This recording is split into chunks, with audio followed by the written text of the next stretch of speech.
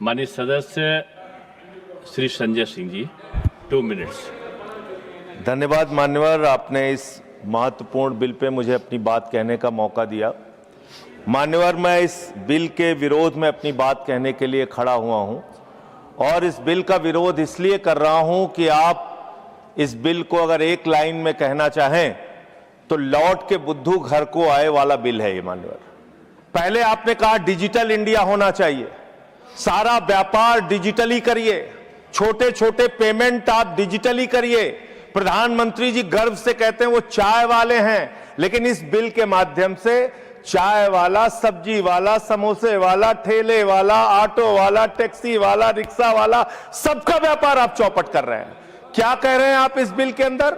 आप इस बिल में कह रहे हैं कि यूपीआई से जब आप पेमेंट करेंगे तो जो व्यापारी होगा, जो व्यापार कर रहा होगा, जिसके खाते में आप पैसा डालेंगे, उसके ऊपर हम टैक्स लगाएंगे।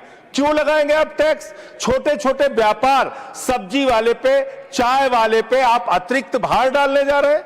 और देश के, अगर मान लीजिए आप उनके ऊपर भार डालने जा रहे हैं, वो किसी उपभोक्ता का रिश्तेदार तो है नहीं मान्यवर, घुमा फिरा के वो अपने सामानों का दाम बढ़ाएगा, जिसका खामियाजा लोगों को भुगतना पड़ेगा, जिनके ऊपर टैक्स के बढ़ने के कारण महंगाई बढ़ेगी। तो ये दो तरह से मार करने वाला टैक्स है, नंबर एक।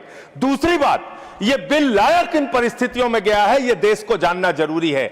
31 मार्च 2026 को जो यूनाइटेड स्टेट्स ट्रेड रिप्रेजेंटेटिव्स है, USTR, इसने आपत्ति जताई कि हिंदुस्तान में यूपीआई पर जीरो टैक्स की वजह से हम लोग बर्बाद हो रहे हैं।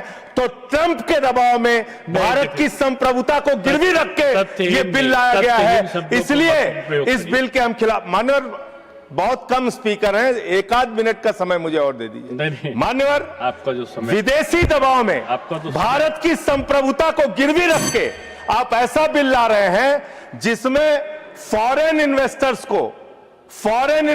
को तो आप टैक्स में 100% एग्जम्पशन दे रहे हैं, लेकिन जो हिंदुस्तान में छोटे छोटे व्यापार करने वाले लोग हैं उनके ऊपर आप टैक्स लगाने जा रहे हैं। खत्म कर रहा हूं सर, 30 सेकंड और दे दीजिए।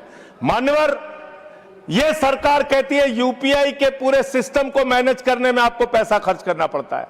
अरे भैया, 27,000 करोड़ रुपए तो आपने सिर्फ मिनिमम बैलेंस चार्जेस के नाम पे 2 साल में देश के करोड़ों उपभोक्ताओं से ले लिया। तो इसलिए मैं आपके माध्यम से कहना चाहता हूं सरकार से, ये बिल इस देश के आम आदमी के खिलाफ है, छोटे व्यापारियों के खिलाफ है। इस बिल के विरोध में अपनी बात कहते हुए अनुरोध करूंगा कि इसको वापस लिया जाए। माननीय श्रीमती महुआ माजी।